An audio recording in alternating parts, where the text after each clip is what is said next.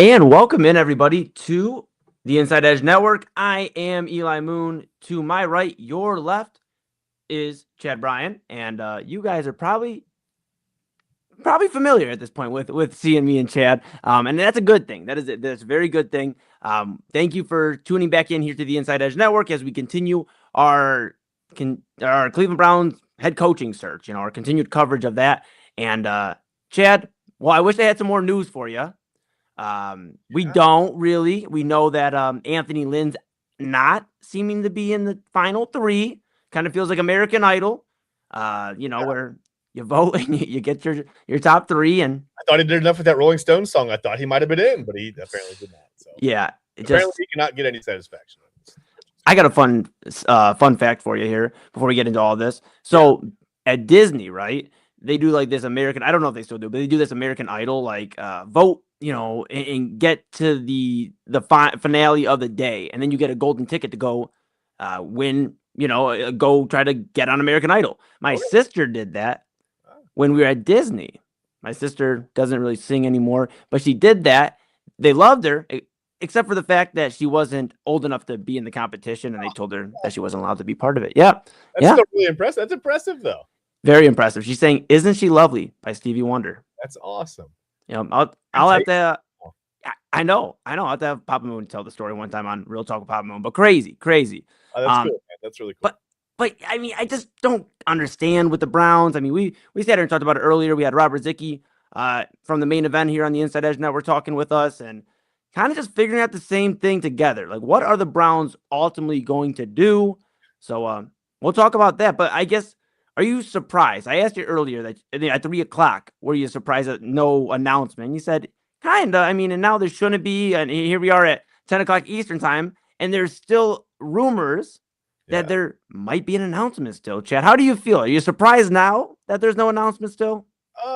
No. I felt like once we got to about 4:30, 4:45, the end of the news cycle for the day, I kind of felt like that might be it. I was a little surprised to see Mary Kay Cabot's tweet that Anthony Lynn is officially out. And I was also surprised to see that there may still be word tonight. That was about an hour ago when she tweeted that, maybe a little over an hour ago now. I don't know. At this point, at 10:00 Eastern, I don't know. Do you think we'll hear something tonight, or is it kind of over for the day? It's buttoned up. They're going to sleep on it, make the decision tomorrow, maybe grade the essays. I don't know. I mean, what are we doing? I'm not really sure what we're doing. I don't either. It's like, if Jim Schwartz, and we keep saying this, but, for those just tuning in, thank you for tuning in here first off on the Inside Edge Network. If you like what we talk about at the end, go ahead and give us a follow and a subscribe if you're on YouTube, and stay locked in here, because if the Browns don't announce a head coach tonight, we will be doing more coverage tomorrow, and excited to talk about that. But I don't know, Chad. It's like, if Jim Schwartz was your guy, wouldn't you have made him the head coach already? Once you went through the process and made it a little bit faster of a process, like the Bills just did with Joe Brady hiring internally. That's the biggest part that confuses me, is like, if it is Jim Schwartz, why is it taking this long? Which leads me to believe it's not Jim Schwartz, at least as the head coach. Yeah, I would be led to believe the same thing. That's that they're seriously considering an external candidate at this point. I don't think that it's not. Okay, we don't have to say. I guess I wouldn't say that it's not Jim Schwartz at this point. It's just that they're not doing the work on Jim Schwartz. Does that make sense? I don't think you have to do that much work on a guy who's been in your building for the last 3 years coaching your defense. I think you know who that is. My goodness, we talked about the communication in the building. I mean, Jimmy Haslam says there's no dysfunction. There's no lack of communication's fine. So they should know who Jim Schwartz is. I hope they do. I don't know. I don't think it necessarily says that it's not Jim Schwartz. I just think that they're doing that much work right now on Nate Scheelhaase and Todd Monken, and probably more so Nate Scheelhaase. I think that's where the decision is kind of held up right now. Because again, Todd Monken, I mean, he's been right here in the division. He's been in the building before. He's been with the Browns. You know who he is. I think you may have to do a little bit of research work to see maybe day to day what happened when he ran the offense here, ran the offense there, whatever. Just how much responsibility he had. I don't know. I mean, I just think that the majority of the work right now behind the scenes is being done on Nate Scheelhaase. Probably a lot of, I don't know. Do you give references in a job like this? I'm sure you do, right? Like, do you list like Ron Zook as a reference from Illinois. I don't know. They're calling Ron Zook up and going, hey, I love the Gators back in the day. Yeah. I'm not sure. I'm not sure what kind of work they're doing. Just, I guess maybe finding out how much of a hand he actually had and whatever goes on in the passing game for the Rams, right? I was watching Sunday. It looked pretty. I was impressed, right? Like I saw some things. I was like, okay, well that's innovative. If that's him, bring him here. Maybe we can get Jerry Jeudy open so we can drop that pass. I don't know. I just feel like that's where the majority of the work lies now. The Browns are doing their homework on Nate Shieldhouse. I feel like you know Jim Schwartz, Todd Monken to a lesser degree, but you still know him. So yeah, maybe that's a sign that Shieldhouse is their guy for now. Could change, but I think right now they're probably leaning heavy toward Nate Shieldhouse. Yeah, and that's why I keep thinking, exactly what you're saying. The homework on the Browns are doing their homework now on Nate Shieldhouse, and extra extended homework, I guess. And maybe it's because they're trying to figure out what staff it's going to look with Shieldhouse. Maybe we have this where tomorrow, if it doesn't break tonight, we find out pretty early tomorrow, whether it's early morning, maybe mid afternoon. Who knows?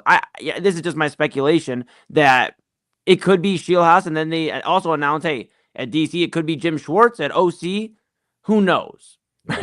Who knows? Because that hasn't even been discussed yet. We keep talking about wanting an offensive mind as a head coach, but who's going to be like the offensive mind to the offensive mind? Right. That's what I think will get answered. Even here. Younger up and comer, right? Like what? Yes. I mean, like I'm 28, so somebody I guess like my age, a 28-year-old. Why not I don't understand. I just with the Browns, it's so confusing, Chad, because here's the thing. It's like I don't know what their overall plan is. We've been saying that all day. It's like, okay, you want the offensive mind, right? But what's your plan after that? Like, we don't know. At one point we were discussing if it's Anthony Lynn as the head coach. He was a long shot, was the rumor that he may get an opportunity. We have kind of found out, through Mary Kay Cabot of Cleveland.com, just saying, her report saying that it's between the final three of Todd Monken, Nate Shieldhouse, and Jim Schwartz. So I'm still firmly standing my ground in terms of I think it is a failure if it's Todd Monken. I truly, truly do, because you look at the numbers. In 2019, when he was the offensive coordinator here, we were bottom half of the league in a lot of statistical numbers offensively. Not good. And I know there was a lot of dysfunction, obviously, in 2019 here. It started to kind of unravel not long after that. I get it. Yeah. But you have 3 years as the Baltimore Ravens offensive coordinator, and the last year wasn't very successful, obviously. I know Lamar was injured for times of the season, but also Lamar Jackson, you hear reports that he necessarily, or Tom Monken, they didn't have a great relationship together. And that's something that would be concerning, because if you can't get along with Lamar Jackson, like, who are you getting along with? I mean, the guy is so likable. It's I don't know. And that's hearsay. Those are just reports, coming out, but I don't know. Chad. I think it's a failure if they bring in Monken. I think it's disappointing if they bring in Jim Schwartz, not because of Jim Schwartz himself. I just think it's because of the timing. Because why is it taking this long? Yeah. So I think at this point, I think a lot of the Cleveland Browns fan base is going to be disappointed if it's not Nate Shieldhouse. Yeah. Yeah, I think so too. I think there's a strong possibility of that. I think, listen, a lot of people like Jim Schwartz. I don't think that's the problem. I just think, like you said, I mean, why all the pomp and circumstance if you're just going to promote a guy from within anyway? And I get it. You want to do your due diligence, and this isn't easy. And the Browns don't have a track record of getting things right. In fact, what would you say if I told you? They don't seem to get it. It's not even that they don't have a track record. They have a track record of getting a lot of things wrong, right? Yes. So I don't know. I mean, who's doing their due diligence? Do we trust whoever is doing their due diligence? For a while, we had to wonder if Paul DePodesta was in on these decisions, right? And now we're back to the terrifying reality that it's probably Jimmy Haslam. With however many years, 10 years of Paul DePodesta's tutelage or whatever. Was that 10 years? That's wild. Yeah, time flies when you're having fun, So much fun with those 19 wins. Yeah, I don't know. And then is it Andrew Berry? Is it are we asking does Myles Garrett have a say in this? It just Right. gets so muddy. It's like the I don't know. The works are gummed up, as they say. I'm not really sure. Yeah, It's it's a mess. what they're doing. Yeah, it's a mess. Yeah. It's a mess. It's a mess, Chad. And you know what? We'll talk about some other situations that are a mess later on in the show. For those tuning in, we are going to do a power hour here with you. Bring you to about 11 o'clock Eastern time or a little bit after. We're not going to, if we're having a great conversation, we're not going to just cut it at 11. All right, see everybody next That's week. it. But Bye. we are going to have a conversation here about a Hall of Fame coach, potentially, because he's not there yet, per reports. So we'll talk about that later on in the show. But right now, I'm not really worried about a Hall of Fame coach for the Cleveland Browns in terms of like we need somebody of that caliber. We just need somebody to let us get into playoffs, like the playoff contention, like get into postseason battles, and then we'll worry about like your resume later on. But I think clearly with the three options, there is like no retread that has a strong history as a head coach. Jim Schwartz would be a retread. Todd Monken though, and Nate Scheelhaase, they'd be getting their first opportunity. And that's something I don't know. I don't know if that really factors into everything here. Jim Schwartz, obviously, he did coach Detroit, back in, 09 to the early, 2013. So I don't know, Chad. I feel like we just keep saying, like, I don't know when we finish our points, but it's because the Cleveland Browns have left us so baffled with what they've done. The Buffalo Bills have concluded their head coaching search very quickly. The Pittsburgh Steelers have concluded their coaching search very quickly, and they seem very pleased with Mike McCarthy, who was pretty emotional in his press conference today, just talking about coaching his favorite team, his home team. So it just seems like, and you look at the Ravens, they get a guy who basically told the Browns, I don't have time to wait. And now the Browns, I feel like, are going to wait themselves out of even getting the guy they wanted all along. Because if it was Scheelhaase, that's a big talk, is it was Scheelhaase all along. They were waiting for the opportunity to get to him and interview him. Yeah. Well, it's what, 10:14 Eastern time in the evening, the day after they spent all day interviewing him in Los Angeles. Yeah. It just concerns me because how involved is Jimmy Haslam in this coaching search? We talked about it earlier. Is this Andrew Berry making a decision on who the head coach is going to be to align with him? Or is this Jimmy Haslam deciding that he's going to do what's best for the franchise and put us in a position where we're not only firing Andrew Berry next offseason or earlier, but we're also getting rid of whoever takes this head coaching position? It just feels like whoever takes his job might be getting set up for failure too, because who knows if Andrew Berry's even on the same page with any of these guys. Yeah. Well, and another thing behind the scenes you wonder is there an agreement in place for someone who may want to be the head coach, but they're being stuck with a staff that the organization wants? Or is the guy that they're targeting, that they have picked as their number one guy, is he still mulling over another decision? Is he, give me 24 more hours. I gotta think about this. We just don't know. I mean, it looks like it's the Browns not moving on a decision, right? For all we know, the Browns have made a decision and they're done. And they've made the offer, and the offeree at this point is I don't know, need time, guys. Need time. I need time. That could very well be too. So don't forget that it could be that too. It could be any number of things at this point. It really could. Some of them bad, some of them good. We'll have to wait and see. Yeah, no, exactly, and that's kind of where we're at. We're kind of at a stalemate with the Browns. I keep putting the question up. I put it up a few times here today. We did have Anthony Lynn at the end of the question earlier, but like I said, per reports, it appears is it Scheelhaase, is it Schwartz, or is it Monken? And I don't know if I'm really trusting the Browns. And I get it. They could just be figuring everything out, Chad. But typically when we give the Browns the benefit of the doubt to figure things out, they end up hiring a Freddie Kitchens who had the pulse of the locker room. And that's something I want to talk about too, because I do love Jim Schwartz. He has done wonders for this defense. The guys on defense rave about him. Myles Garrett loves playing for him. Denzel Ward says he has, he's a great leader and has helped him tremendously in his growth as a player. I'm not doubting that he hasn't improved the defense. Right. However, it's just when you look at it, do you really think that Jim Schwartz is going to be the guy that can help mold this offense into being better than they were last year and improving? Do you think Jim Schwartz, when the Browns do potentially go on a 3-4 game skid, is he going to be able to get into the ear of the locker room and say, hey, we need to turn this around? Or are they going to remember that, okay, well, we should have known going into this that Jim Schwartz wasn't super successful as a head coach before. I get he did have the one, successful year in Detroit, but after that, just nothing really impressive.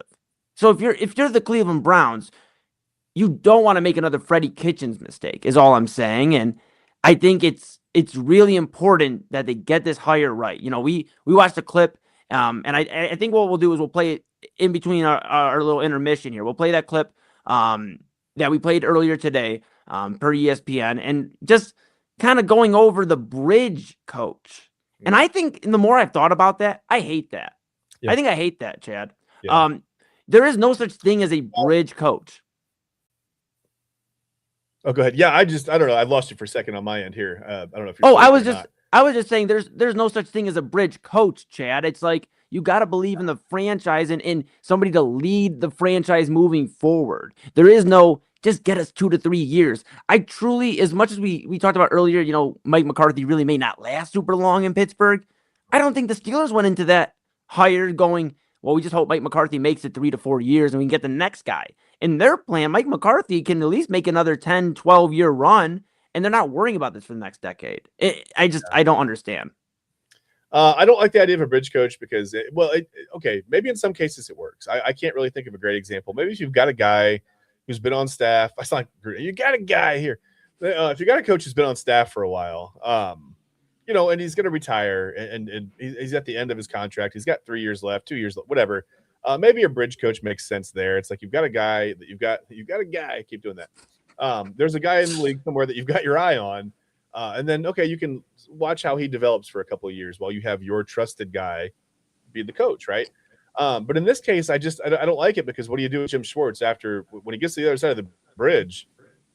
Do we just kick him off into the water? Like I don't understand. Like what do we do with him? Because at that point, are you comfortable sending Jim Schwartz? Okay, now go back and run the defense.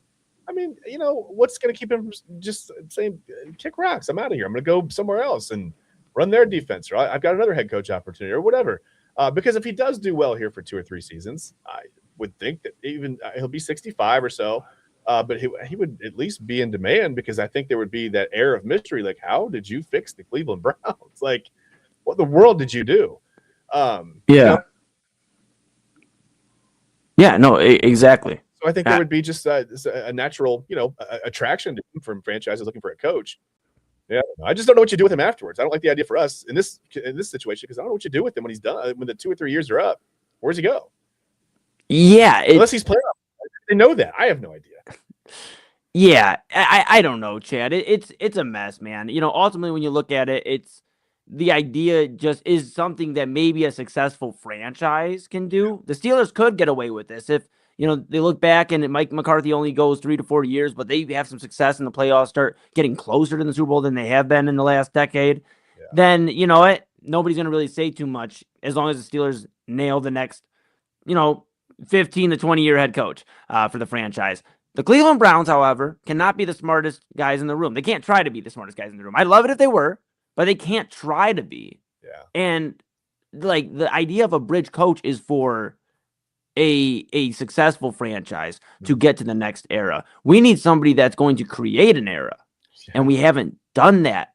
And really, it seems like when you break it all down, the only guy that makes sense to create a new era and timeline wise is Nate Schilhaas. Yeah. He's 35 years old. Yeah. He can be the 15, 20-year coach for this franchise. And if he coaches 20 years, he's only 55, 56 years old, depending when his birthday falls. Right. I mean, the guy could literally be coaching here for the next 20 years. And I know that's a big, big if, and we'll see if he even gets to gig. But you got to be thinking that's what's going through the Browns' mind a little bit too is, okay, we need longevity. We have not had longevity. The longest tenure and success we've had since 99 is with Kevin Stefanski, and that was 6 years. And that ended with 8-26. So yeah. It's crazy, and then obviously, when you just look at it, you have so much going on between what do you do at quarterback? Obviously, Shedeur Sanders, we mentioned he's a Pro Bowl quarterback, alternate, as Drake May goes to the Super Bowl. So the spot opened up. Shedeur Sanders took the position, and obviously you have him on the roster, who I still think very, very highly of, Shedeur Sanders. I think a 17-game season with the right guy there could do wonders for Shedeur's growth. I think last year was very, tumultuous. It was for everybody. Yep. And, so you have him, you have Dylan Gabriel, and you have Deshaun Watson on contract still. Yep. You got to look at that first off and think, okay, who can, out of these three coaches, who is best suited to fix this? Because I hear people mention, it's about the players, and, more than the coach. I've been hearing that talk, but it's like, at the end of the day, aren't the coaches supposed to help get these young guys into becoming better players? And, I know there are the cases of, what we're talking with Fernando Mendoza, where he should walk out day one and be exactly what they expect, a superstar. Yeah. But there are the cases where you have a third round running back that needs some help, or, you got a fourth round wide receiver who has some promise and you need the help there. I just don't know if anybody besides the offensive-minded guy that just came from one of the most successful offenses this year in Los Angeles Rams. I think that's where I guess, like, the more and more I keep talking myself into Nate Shieldhouse, I'm going to be more disappointed if it isn't him, Chad. Yeah, I get it. And I'm also having a hard time with that because, to be honest with you, we all talk like it's been Nate Shieldhouse since 2020 for all of us. I wasn't thinking about Nate Shieldhouse 3 months ago when the Browns were whatever. I really wasn't. No offense to him, it just he wasn't on my radar, we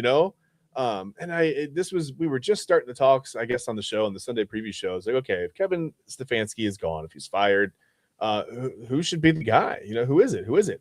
And we never really had a concrete answer. It was just like, well, who knows what the Browns would even do? And now that we're in the middle of it, we still don't know what the Browns are going to do. And it's, if nothing else, they're consistent, Eli.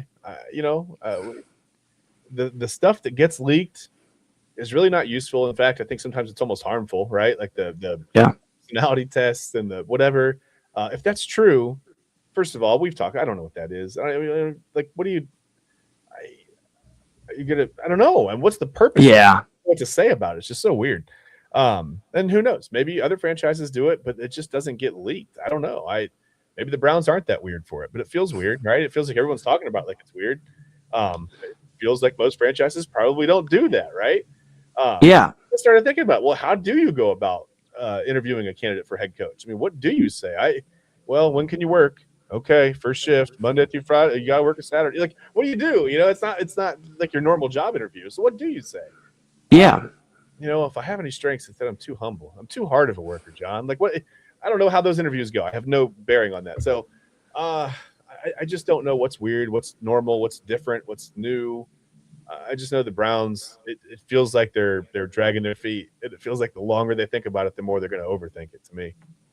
Yeah, and that's ultimately like what you just said. They're going to overthink the situation. It feels like it's overcompensation with some of the things they're doing in this interview process. Like, why are you doing all this? But it doesn't seem like we've heard about this for any of the other coaches you've hired. Kevin Stefanski, Freddie Kitchens, Hugh Jackson. The list goes on, right? Names continue. But why haven't we heard about this? Why are they being so extensive or, overcompensating? Like, they're almost it sounds like they're in fear of their own judgment, that they have to have like these tests ran through and like calculated, like they're like it sounds like analytics all over again is what it truly sounds like. And that's what I'm fearful about. I just hope they get it right. Obviously, as a Browns fan, I hope they get it right.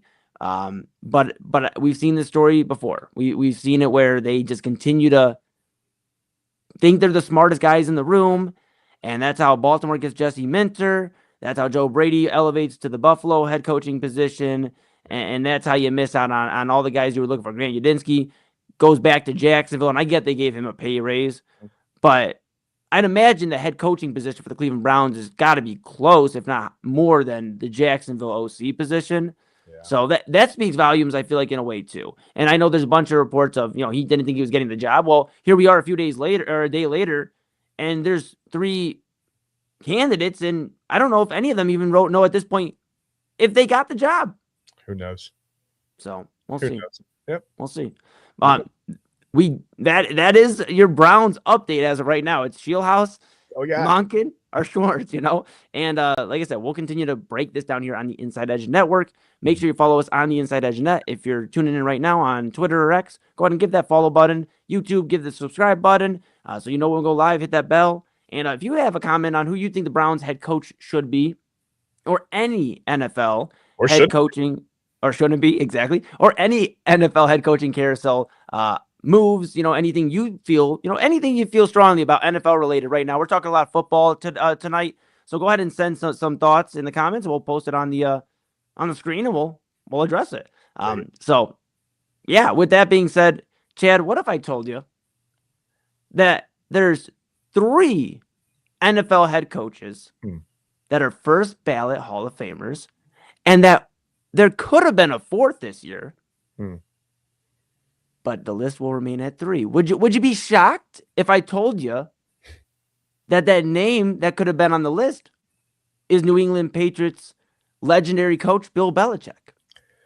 Listen, okay, all the gates aside, okay, I don't really care about your gates. No offense to Bill Gates, he's fine. I don't know him very well. I just Spygate, Deflategate, whatever gate is fine. I don't listen. If Bill Belichick is not a first ballot NFL Hall of Fame head coach, I don't know how anyone could ever be again. I don't know how anyone could ever even ascend to the heights to even be considered for the Hall of Fame again, Eli, if he's not a first ballot, unanimous first ballot Hall of Famer. 8 Super Bowl titles, right? Countless. I mean, 2 different dynasties with the same team and with the same. I get it. Oh, it was Tom Brady. That's fine. I mean, yeah, I guess we have a little bit of evidence when Tom Brady went and won one with the Buccaneers. You could say, okay, it was probably mostly Tom Brady, but still, this is to me, when your name is synonymous with the sport that you have contributed to, when you literally can't say a person's name and not think of the sport, or when you can't say a sport and not think of that person's name, when you say New England Patriots, just say that you can't not think of Bill Belichick. You say the Super Bowl immediately, like Brady and Belichick, it pops into your head. Yeah. I don't know how. I'm lost. I can't even think of words right now, Eli. Yeah. No grudges and your your emotional feelings aside about the gates or whatever. I just don't understand how this man is not a first ballot Hall of Famer. It should be unanimous. We have to stop people from voting with their emotions, and we have to start getting these the football writers, whoever these voters are, they have to start voting with facts and reality, and that something has to be based in reality here, because this was crazy to me. I just don't understand it. I can't make it make sense. I can't wrap my head around this. Me either. And, per the report from Adam Schefter, ESPN's Adam Schefter, Bill Belichick, you see in the bottom of the screen, will not be a first ballot NFL Hall of Famer. He's left out of the 2026 Hall of Fame class.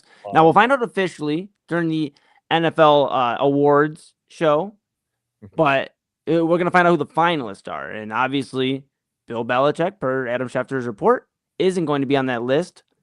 There's an interesting thing I want to bring up here. We're going to talk Belichick after the break here.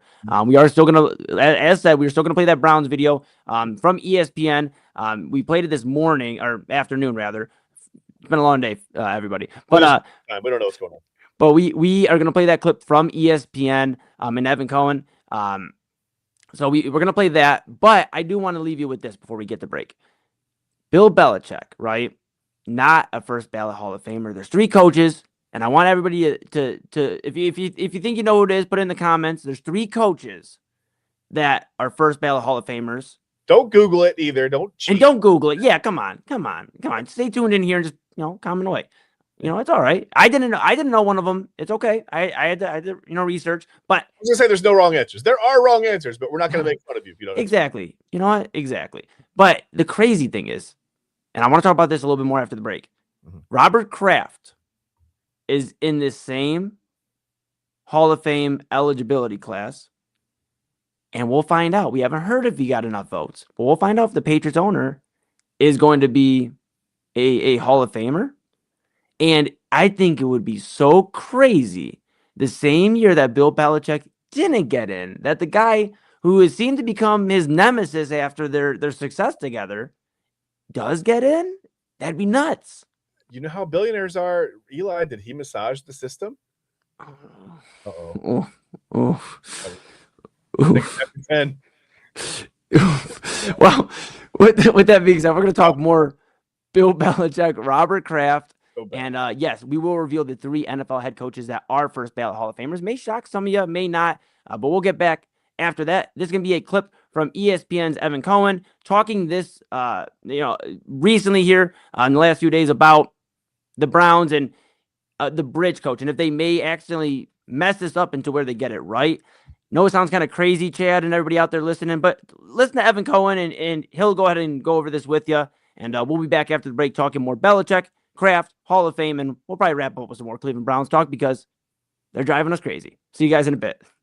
So far, to my knowledge, based on reporting, Grant Yudinsky, the offensive coordinator of Jacksonville, Mike McDaniel, the now offensive coordinator of the Chargers, former head coach of the Dolphins, and Jesse Minter, the now head coach of the Ravens, former defensive coordinator of the Chargers, have all turned down Browns interviews.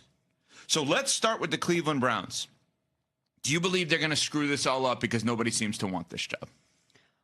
I'll answer your question with a question. Okay. What have the Cleveland Browns done in the past decade plus that would lead me to believe that they will not screw this up? Okay, so this is my answer to that question then. I think the Browns have screwed this up so much they're going to end up with the right guy. Let me say that again. I think the Browns have screwed this up so much that they're going to end up with the right guy. Explain. Okay. I believe, and I've been saying forever, that there is a such thing as a bridge head coach. And we're going to get into this because Ryan Clark, ESPN NFL analyst, believes that someone already hired is that. So we will get into that in a little bit. But I have said for years, there's a such thing as a bridge head coach that no one wants to acknowledge. It's how do we find a guy to coach our team when we know we're not ready to win, and we also aren't going to ruin the guy or the team as a result of the hire, and we are also going to roll the dice and say maybe he could be good. Okay, Nate Scheelhaase, your guy, because he went to Illinois, was your quarterback. Yep. Not when you were there, right? Or was right after you were there? Right I after. think. Right after you were there, if I'm not mistaken. Yes. Kirk Kittner was there when you were there. Who's now that I'm Juice Williams, baby. Okay, Juice Williams. I wouldn't know Juice that guy if he Williams. walked in here. Anyway, so this guy was a former Illinois quarterback. He's 35 years old. He spent a couple of years calling plays for Matt Campbell at Iowa State, and he's been, for the last few years, on the staff of Sean McVay with the Rams. You get that guy. Everyone loves this guy. He could be ruined. And you could ruin him. He could ruin you. Is that fair to anyone? No. The Browns are telling everybody, according to reports, that they want Jim Schwartz to be the defensive coordinator with whoever this young up-and-coming coach is. Well, a lot of these young up-and-coming coaches are saying, well, what the hell's the point of me being a head coach if I can't pick a staff? So I think the Browns are going to end up with the thing that they need, which is a bridge coach. They're not ready for their long-term coach yet. They don't know 100% their quarterback position. They're not stable as a franchise right now because Andrew Berry stays as the general manager when Kevin Stefanski goes the head coach. That taking Jim Schwartz, putting him in a more prominent role is great for him because nobody else is giving him a head coaching job. And it's probably great for them because if they're ready to be a big-time team, and you don't think he's the guy, somebody will then want you, and he'll help you get there. I think they have done it so backwards that they're going to end up with the right guy that they should have had in the first place.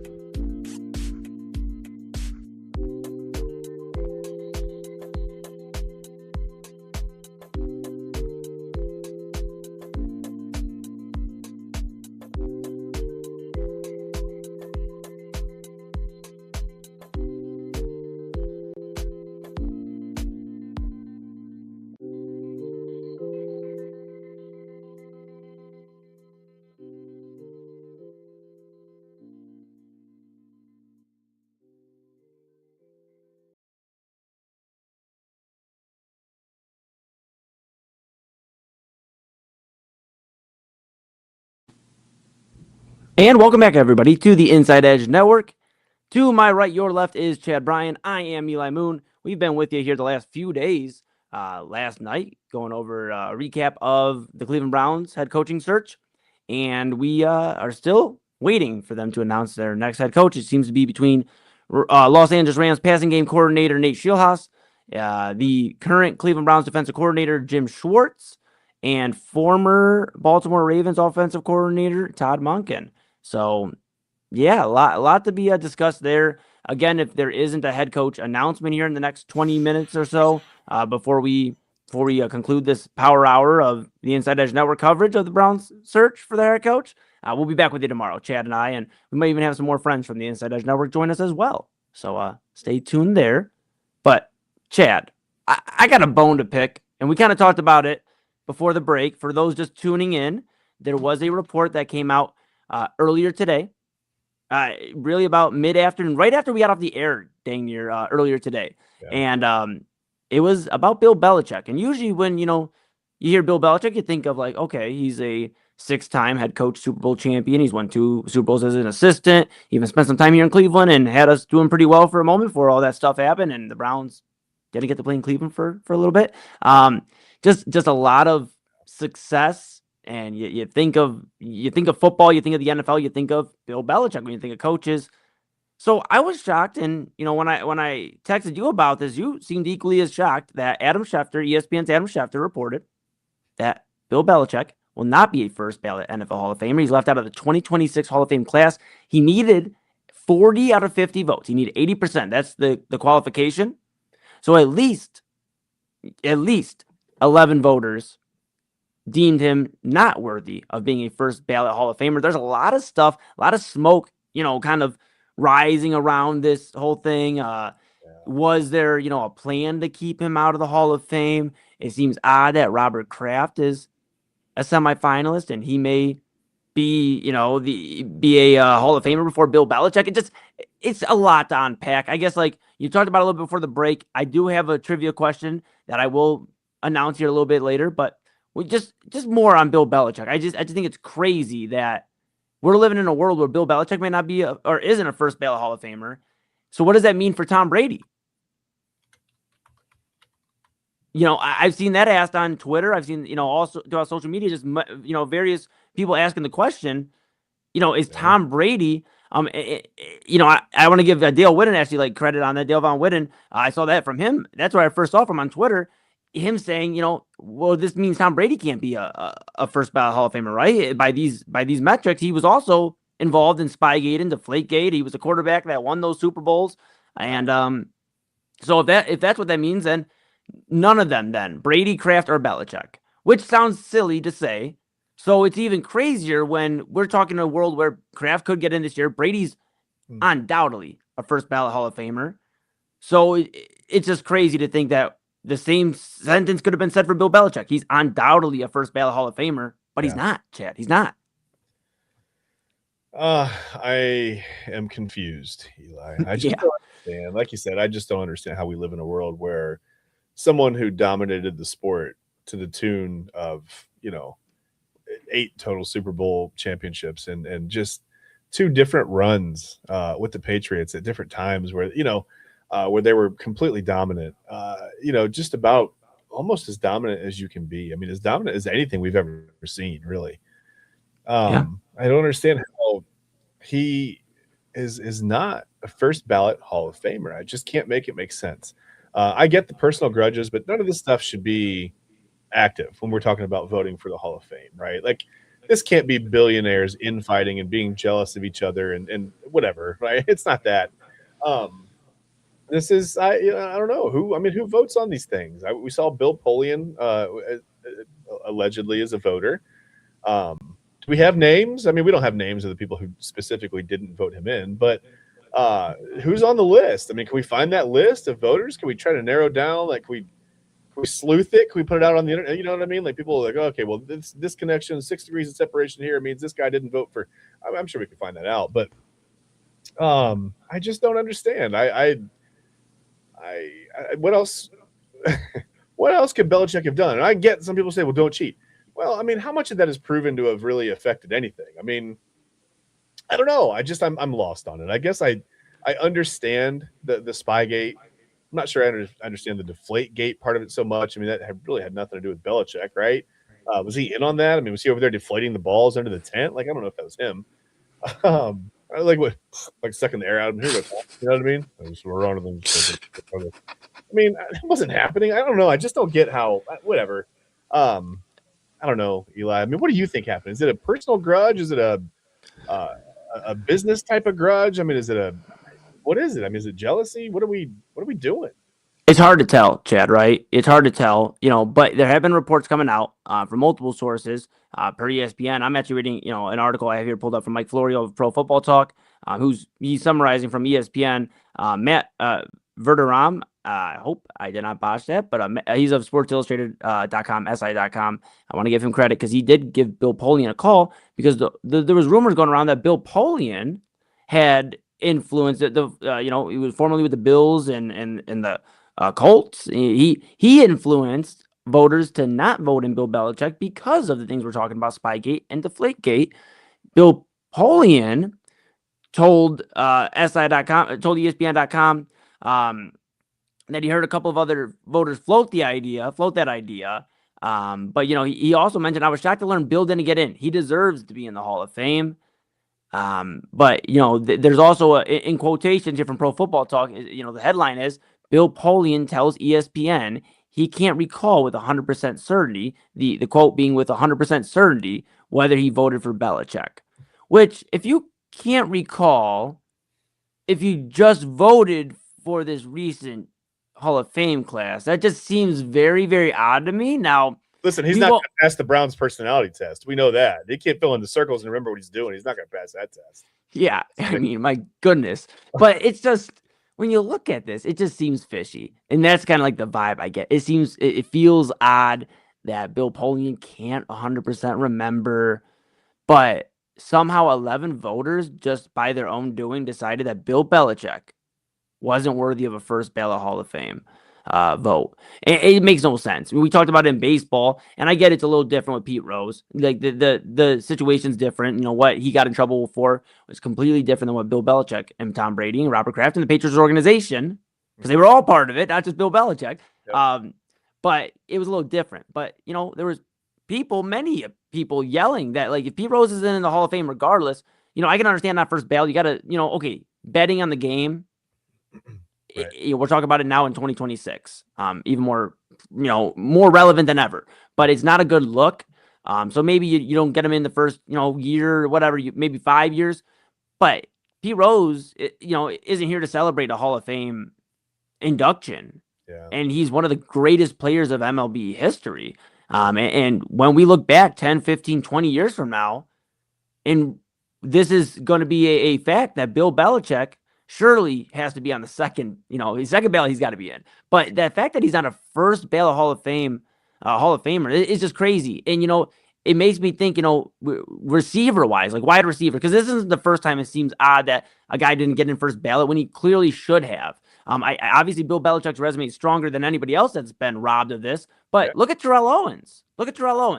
A guy that clashed with the media, wasn't necessarily most media look at it. I shouldn't say most, but some media look at, Terrell Owens is not a team guy. It was all about me. Well, guess what? Terrell Owens was damn good. Yeah. He was great, actually. Playing on a broken, leg in the Super Bowl. I get it. They didn't win, but who's doing that? That's like very comparable to Ronnie Lott cutting off his finger to go back into the Super Bowl, So it's crazy that we just continue to have these conversations. And it seems to revolve around, with baseball, spiteful writers. We're having that conversation now with the steroid era. And we just talked about it on Thursday Topics that we'll have again here this Thursday, the topic might be the Cleveland Browns coach. But we'll still be doing this. Yeah. Just special edition. But, we just look at it, the spiteful writers from the MLB, with everything now and just determining who gets in the game. And now if there's, other people that were involved, like Bill Polian was around, obviously, when Bill Belichick was coaching. So why, if this is true, because it's just a report, if it is true, then why are we allowing these guys that played, or coached or were against the rivals to these franchises, dictating somebody else's career achievements after the fact. I just think it's silly. And there's no brainers in certain sports.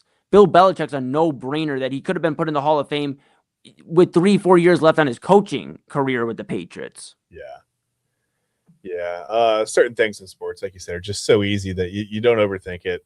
And it's not as if, I heard that, some guys in baseball didn't get voted in unanimously because a sports writer or two said, well, I just, I didn't think it was right to have, this player unanimous if this player wasn't, whatever. What if everybody thinks like that? I mean, what if everybody goes into their ballot like that and nobody votes for the player because nobody wants to be the guy to put him over the top and give him a unanimous vote, right?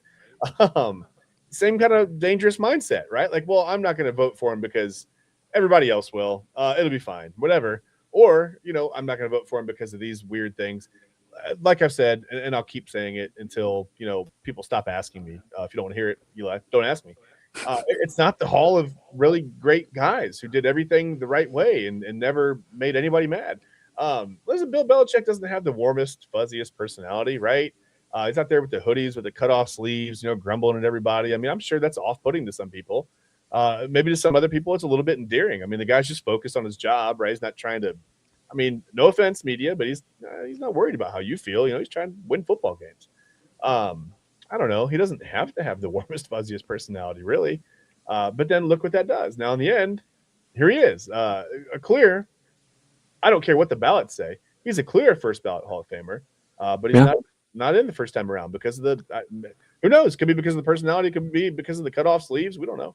But it's, it's just, it doesn't make any sense. It's literally, it's senseless. Yeah, it is. It is. And I know I teased before the break. There's 3 first ballot Hall of Fame coaches. And, we were talking before we got on here on the air because it kind of shocked me. I'm going to name them, and then we're going to go over a very interesting stat that I think should just be clear-cut as why Bill Belichick should have been the 4th first ballot Hall of Fame coach. I was shocked. The 3 names. 3. I didn't know that. Yes. Yeah. Yeah. No, very shocking. Like I said, when I first heard it, great coaches, and I'll go over the names here in a second, but you compare Bill Belichick to these guys, and it's crazy. So you have Chuck Noll, Pittsburgh Steelers legend. You have Don Shula, Miami Dolphins legend. And then you have Tom Landry with the Raiders.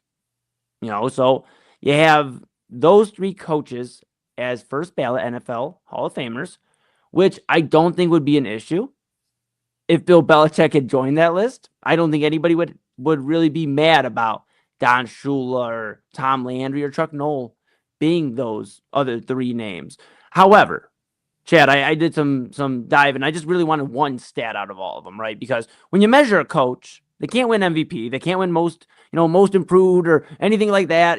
They can't win defensive rookie of the year. They can't win. Coach of the year. This guy broke his ankle last year, and here he is.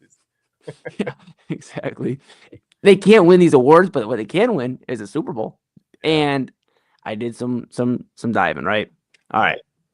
Chuck Noll, right? Tom Landry, Don Shula, together, 8 Super Bowls. Okay, that's a lot. It's pretty good. That's a lot. That's actually a lot. That's almost 9 more than I have. That's a lot. Yeah, that's true. That's true. Yeah. Now you look at Bill Belichick. 6 Super Bowls as a head coach, 2 Super Bowls as an assistant, which still a Super Bowl. Yeah. So 6 plus 2. What is that? My math teachers have not failed me all throughout school. And that would be 8. And that would mean that between head coaching and assistant coaching, Bill Belichick has the same amount of Super Bowls as Chuck Noll, Tom Landry, and Don Shula. Okay, let's take away the assistant coaching. Fine. You know what? We'll just compare head coaches. 8 for Noll, Landry, and Shula. 6 for Belichick alone.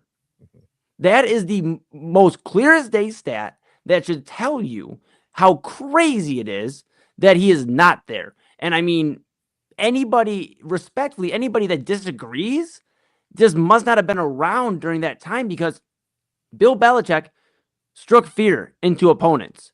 And it wasn't because he was talking crazy, like he was like, we're going to go out and be physical and all that. He just said, we're preparing for you. But the track record eventually just started speaking.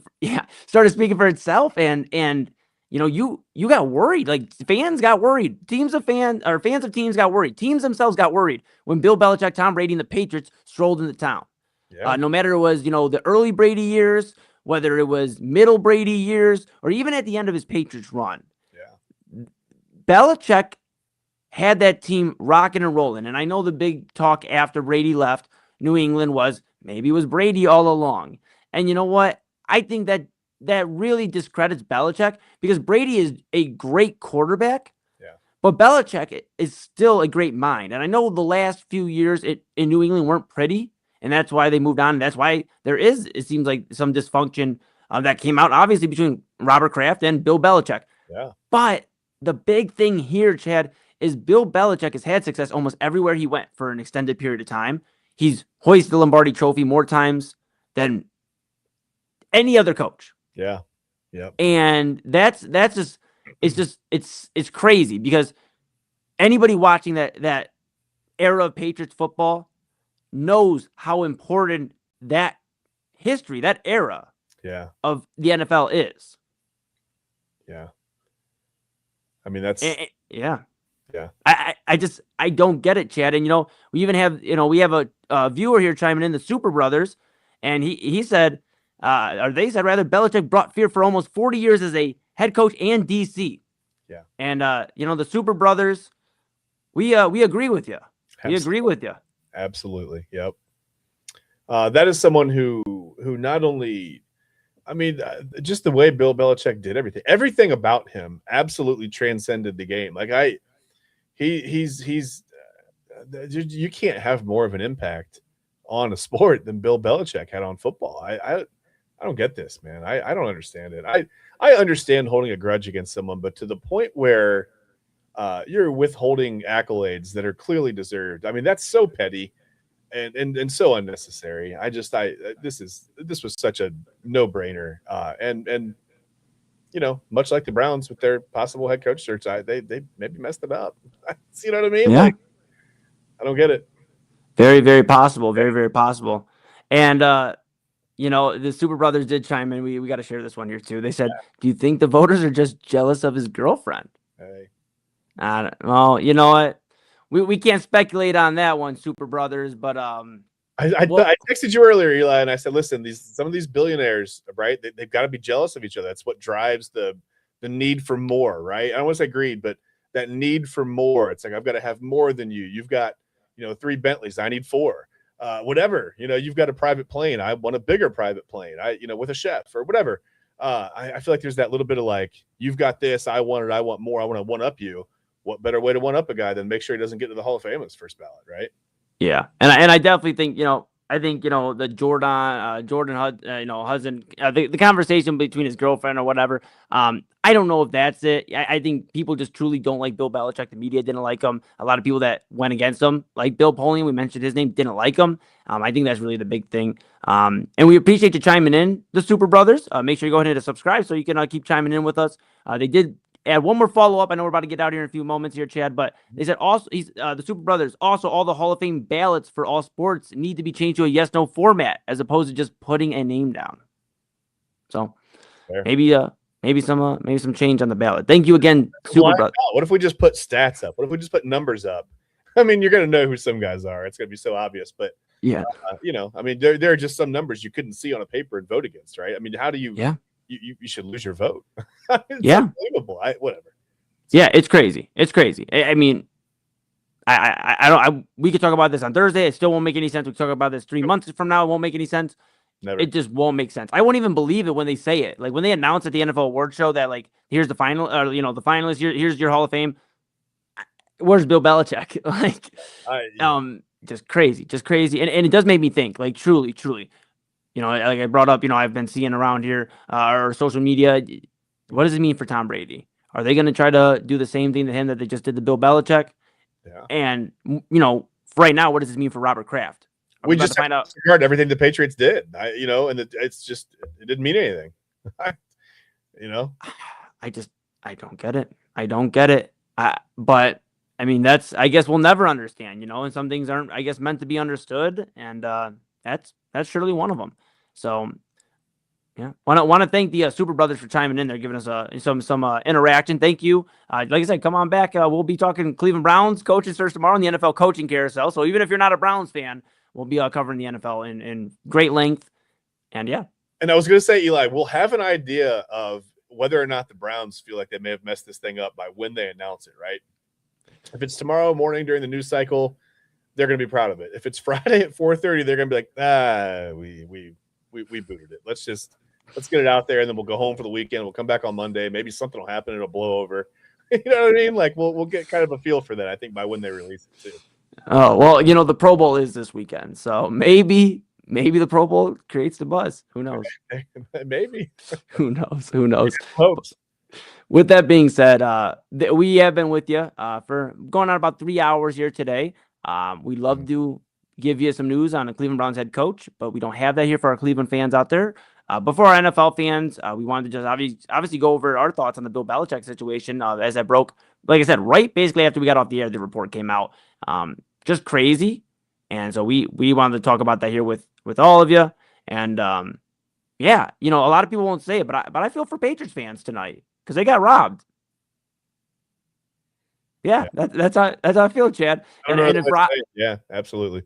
And if Rob was here, he'd be mad that I said that because he'd be like, they have all the Super Bowls and everything still. But, I just mad because you used his name in that statement. He's like, you'll call it Rob. That's terrible. I don't want to do that. Yeah. With that, yes, Rob Rizicki, my guy on Main Event. You can check us out Sunday evenings. You could also check Chad Bryan out on weekend Saturdays. He's aiming for a time slot 11 to 1. Is that right? 11 to 1. Yeah, we'll be going live somewhere between 11 and 1. Perfect. Saturdays now. Perfect. Chad Bryan and TK Dandridge. That is legal formation with the fellas there on the weekend. Now they'll be your morning, early afternoon Saturday action. And you got Real Talk with Pop Moon Saturdays at 5 p.m. I produce that show. And then, like I said, Main Event Sunday, Rob Rizicki, Double Anthony Alford. We will be breaking down maybe some Pro Bowl action potentially. Maybe going over some other things as well across the sports world, NBA, MLB. We have talked golf and NASCAR in our last two shows. So there you go. We'll see what we got. But with that being said, thank you so much to everybody for tuning in to the Inside Edge Network. Go ahead and give Chad a follow at Real Chad Bryan, myself at the man they call Moon. That is just for a heads up. That is on Instagram. That's primarily where I do a lot of my work. Where you'll see me with LaHale, my music collective, and then Inside Edge Network. So that's where you'll find me. That's where you'll find Chad at Real Chad Bryan. The Inside Edge Network at Inside Edge Net on all the socials. If you've been tuning in, and there's a lot of you, thank you so much. Hit that subscribe button if you're on YouTube and hit the bell so you get the notification when we're live on Twitter or X, whatever you call it nowadays.